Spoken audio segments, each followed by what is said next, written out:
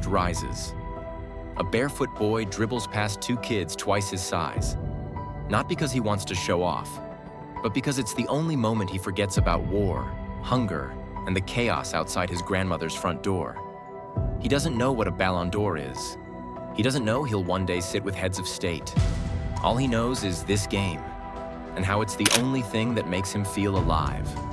From nobody to GOAT, the shocking journey of George Weah Claretown, Monrovia. A name most of the world's football fans can't even place on a map. But for George Weah, it was the beginning of everything. Born October 1st, 1966, George was the youngest of 13 kids. His father was a mechanic. His mother? She passed early. He was raised by his grandmother, who sold charcoal to survive. Liberia was on the edge. Political instability, poverty, and civil unrest that would soon spiral into one of Africa's deadliest civil wars. Dreams weren't just broken in Claretown. They were never allowed to begin. But football? That was George's rebellion. He built makeshift balls from plastic bags tied with string, played with bare feet on rough, rocky pitches, and even then, everyone knew this boy was different. We didn't have coaches, we didn't have cleats, but George played like he had the world watching. George's talent was raw, so raw it didn't fit the system. There were no agents knocking on his door, no scouts flying in, no highlight reels on YouTube, just whispers and prayers. In 1985, he got his first break with Mighty Barrel, a local Liberian team. He destroyed defenses, scored goals like he was already a pro, and within a year moved to Invincible 11, Liberia's biggest club at the time. But he was still just a local legend. What changed his life? A call from Cameroon. In 1987, Weah joined Tonnerre Yaoundé, and that's where the footage of this unknown striker, fast, powerful, explosive, made its way into the hands of a Frenchman named Arsène Wenger.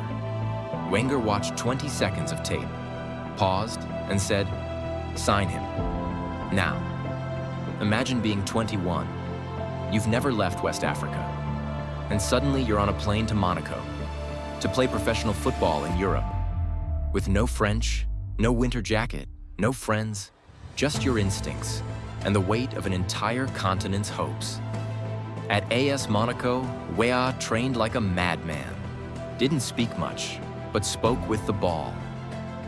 In his first full season, he helped Monaco reach the Coupe de France final. He became a fixture in the starting lineup. The fans loved him, the players respected him. But still, he wasn't a superstar. That would change in Paris. In 1992, he joined Paris Saint-Germain, and suddenly, the world noticed. This was a pre-Qatari PSG, still building, still searching for identity. George gave them that. In the 1994-95 UEFA Champions League, George Weah became the tournament's top scorer, not just scoring tap-ins, but taking over games. Goals against Bayern, against Barcelona. Weah didn't just play striker, he terrorized defenses. George Weah, à gauche, il passe un deux, et il marque. Quel joueur! He won Ligue 1, multiple French Cups, and became the pride of African football. But it wasn't just about goals. He represented something bigger, proof that an African could not only survive in Europe, but dominate. Then came Milan. Serie A was the world's toughest league. Defenders like Paolo Maldini and Franco Baresi made scoring nearly impossible. Weah? He fit in like a cheat code. His most iconic goal came in 1996 against Verona. He collects the ball inside his own box, turns, accelerates, beats 1, 2, 3, 4 players, sprints 90 yards, slots it past the keeper. That wasn't a goal, it was a declaration. In 2005, just 2 years after hanging up his boots, he stunned the world. Again. He ran for president of Liberia. People scoffed. A footballer in politics? He can't lead. He doesn't have a degree. This is a joke. He lost that first election. But instead of quitting, he studied. He went back to school in the United States, learned business, politics, economics, diplomatic protocol, international law. Then he returned, not as an athlete, but as a citizen, ready to serve. There are careers, and then there are legacies. George Weah didn't just open the door for African players. He broke the hinges off. Before him, African players were considered raw, not smart enough, not disciplined enough. After him, scouts flooded the continent. European clubs built academies across Africa. Because George proved that talent has no passport. Didier Drogba, Samuel Eto'o, Yaya Touré, Mohamed Salah, Sadio Mane, Victor Osimhen. They all owe part of their journey to what George endured. But more than football, he showed that sport is a bridge between classes, between nations, between survival and legacy. He remains the only Ballon d'Or winner to build an entire football federation with his own money, and later run an entire nation. How many can say that? George Weah is the only player to ever win the Ballon d'Or, captain his country, fund its team, and then go on to run the government. His career isn't just rare, it's unrepeatable. Statues can be torn down, trophies fade, but a legacy like his, that's carved in the soul of a generation. In the modern football world, we debate who's the GOAT.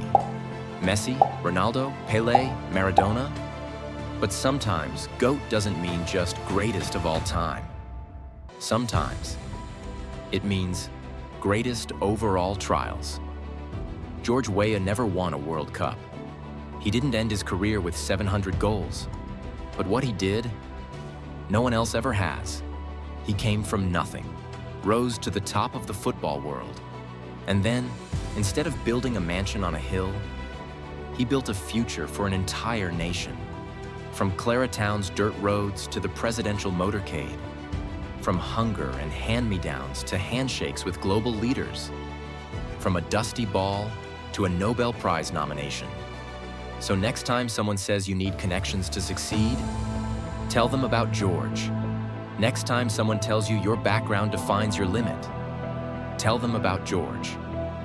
You are not where you come from. You are what you become.